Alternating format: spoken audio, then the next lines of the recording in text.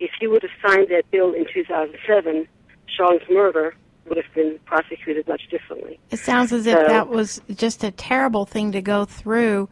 And I was impressed that here you were given this terrible diagnosis of a trauma level 3, and yet you were able to make the decision to donate Sean's organs to keep 5 people alive.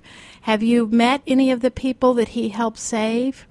No, not yet, but I am a volunteer with Donate Life here in South Carolina and at the national level, and I speak out about organ donation everywhere I go. I haven't found the words to send a letter to the recipients. I want to meet them so terribly badly because Sean's heart is beating in one of those people's chests. And, it was easy for me to make that decision as Elizabeth. And do you know why?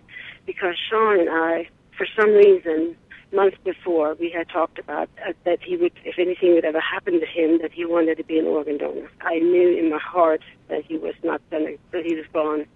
And we started the process of working with the people from organ donation, letting them explain to me what will happen and all those things. So when he was pronounced brain dead at 11:20, they already had all the people in place to start finding people for his organs. And as you mentioned, the 5 people were saved. His heart, his lungs, his 2 kidneys, and his liver were able to save those people's lives.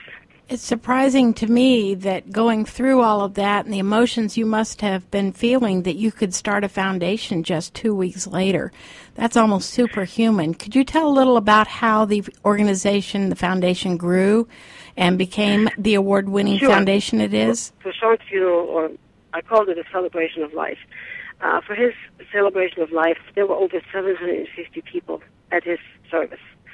And when I saw the number of people there, and I saw the people I did not know, but apparently they all knew Sean. And the terrible way that my son had to die, and the law not being what it's supposed to be, I had to make a choice. The choice was, do I sit back and curl up and die, or am I going to stand up and start doing something about it? When I started Sean's Last Wish 2 weeks later, I had never knew where it was going to take me. I just knew that I needed to start this foundation to, A, fight for justice for Sean, but beyond that, to make sure that no other mother ever has to go through to bury her child. That is not something that any mother should have to do. And no mother should have to lose her child to hate or violence. As the foundation started, I was invited to many, many different events, pride events and civic events. And by the end of 2007, we were already in the nonprofit 501c3 organization, and we were traveling to thousands of miles each year.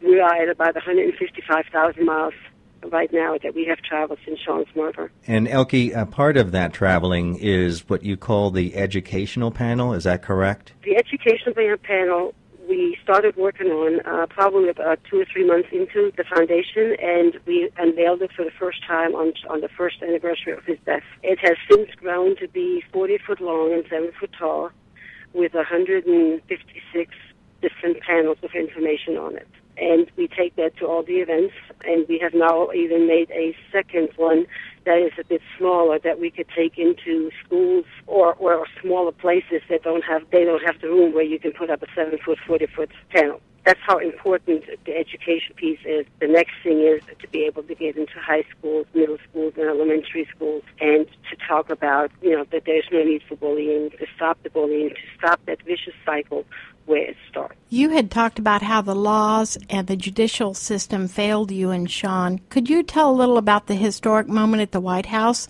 when you witnessed the signing of a new law? Just to let you know, from the time that this happened to Sean, we were working with Washington, with HRC, and with Eric Holder, the Attorney General, and stuff to help in getting the hate crime legislation passed. And we had been in Washington several times to talk with different people.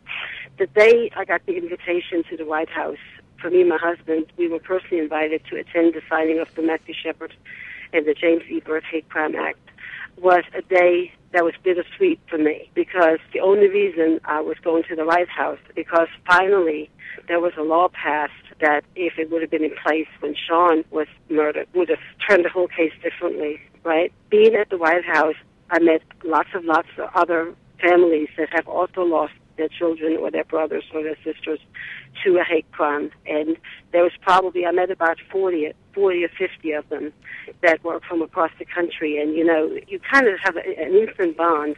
About being in there at the time when he signed that bill, it was an amazing feeling. Being in Washington, like I said, I was so proud that I could represent Sean and victims like Sean, and also the LGBT community, as well as the state of South Carolina. And you recently received an award for your foundation.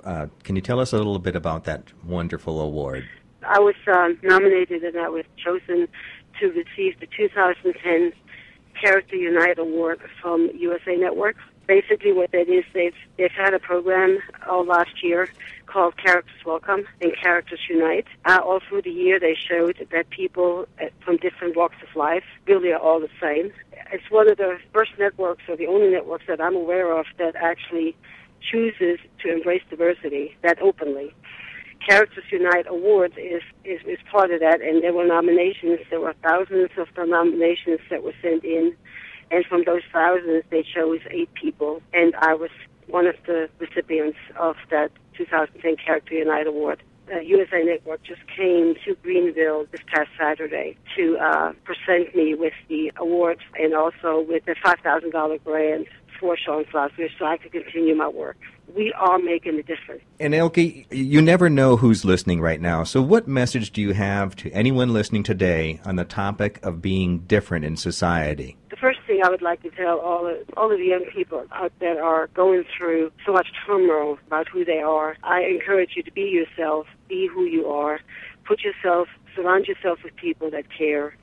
I give every young person I meet, I give them my phone number. And I tell them that if they need somebody to talk to, that they can call me no matter what time of the night. Because it's important that some of those kids don't have a mom who supports them. So my quote, and this is how I feel for anybody, no mother should ever have to bury her child. No mother should ever have to lose her child to hate or violence. And no mother should have to fight for justice for her child. And your website is seanslastwish.org. It's www.seanslastwish, that's SEANS, lastwish.org. Thank you so much, Elke Kennedy, for taking time to talk with us and share with us today at the 10th Voice on 90.1 FM.